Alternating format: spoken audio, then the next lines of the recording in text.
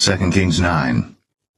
And Elisha the prophet called one of the children of the prophets, and said unto him, Gird up thy loins, and take this box of oil in thine hand, and go to Ramoth-Gilead. And when thou comest thither, look out there Jehu the son of Jehoshaphat the son of Nimshi, and go in, and make him arise up from among his brethren, and carry him to an inner chamber. Then take the box of oil, and pour it on his head, and say, Thus saith the Lord, I have anointed thee king over Israel. Then open the door, and flee, and tarry not. So the young man, even the young man the prophet, went to Ramoth-Gilead. And when he came, behold, the captains of the hosts were sitting. And he said, I have an errand to thee, O captain. And Jehu said, Unto which of all us? And he said, To thee, O captain. And he arose and went to the house. And he poured the oil on his head, and said unto him, Thus saith the Lord God of Israel, I have anointed thee king over the people of the Lord, even over Israel. And thou shalt smite the house of Ahab thy master, that I may avenge the blood of my servants the prophets, and the blood of all the servants of the Lord, at the hand of Jezebel. For the whole house of Ahab shall perish, and I will cut off from Ahab him that pisseth against the wall, and him that is shut up and left in Israel. And I will make the house of Ahab like the house of Jeroboam the son of Nebat, and like the house of Baasha the son of Ahijah. And the dogs shall eat Jezebel in the portion of Jezreel, and there shall be none to bury her. And he opened the door and fled. Then Jehu came forth to the servants of his lord, and one said unto him, Is all well? Wherefore came this mad fellow to thee? And he said unto them, Ye know the man, and his communication. And they said, It is false, tell us now. And he said, Thus and thus spake he to me, saying, Thus saith the Lord, I have anointed thee king over Israel. Then they hasted, and took every man his garment, and put it under him on the top of the stairs, and blew with trumpets, saying, Jehu is king. So Jehu the son of Jehoshaphat the son of Nimshi conspired against Joram. Now Joram had kept Ramoth-Gilead, he and all Israel, because of Hazael king of Syria. But King Joram was returned to be healed in Jezreel of the wounds which the Syrians had given him, when he fought with Hazael king of Syria. And Jehu said, If it be your minds, then let none go forth nor escape out of the city to go to tell it in Jezreel. So Jehu rode in a chariot, and went to Jezreel. For Joram lay there, and Ahaziah king of Judah was come down to see Joram. And there stood a watchman on the tower in Jezreel.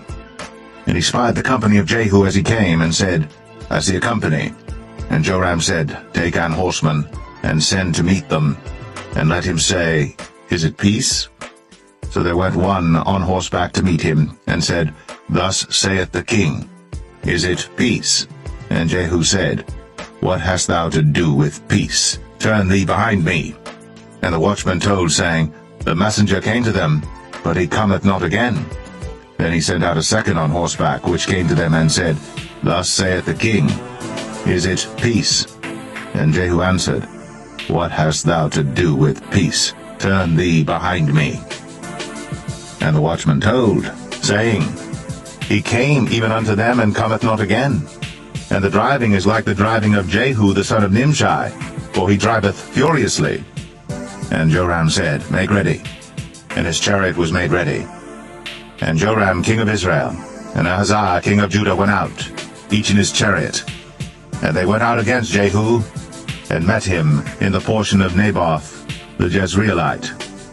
And it came to pass, when Joram saw Jehu, that he said, Is it peace, Jehu? And he answered, What peace, so long as the whoredoms of thy mother Jezebel and her witchcrafts are so many?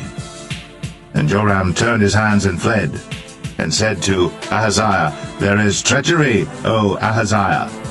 And Jehu drew a bow with his full strength, and smote Jehoram between his arms, and the arrow went out at his heart, and he sunk down in his chariot. Then said Jehu to Bidkar his captain, Take up, and cast him in the portion of the field of Naboth the Jezreelite, Remember how that when I and thou rode together after Ahab his father, the Lord laid this burden upon him. Surely I have seen yesterday the blood of Naboth and the blood of his sons, saith the Lord. And I will requite thee in this plat, saith the Lord. Now therefore take and cast him into the plat of ground, according to the word of the Lord. But when Ahaziah the king of Judah saw this, he fled by the way of the garden house. And Jehu followed after him, and said, Smite him also in the chariot. And they did so at the going up to Gur, which is by Ibleam. And he fled to Megiddo, and died there. And his servants carried him in a chariot to Jerusalem, and buried him in his sepulchre with his fathers in the city of David. And in the 11th year of Joram the son of Ahab began Ahaziah to reign over Judah. And when Jehu was come to Jezreel, Jezebel heard of it, and she painted her face, and tired her head, and looked out at a window. And as Jehu entered in at the gate, she said, Had Zimri peace, who slew his master? And he lifted up his face to the window, and said, Who is on my side? Who? And there looked out to him 2 or 3 eunuchs. And he said, Throw her down. So they threw her down, and some of her blood was sprinkled on the wall and on the horses, and he trode her under foot. And when he was come in, he did eat and drink, and said, Go, see now this cursed woman, and bury her, for she is a king's daughter. And they went to bury her, but they found no more of her than the skull, and the feet, and the palms of her hands.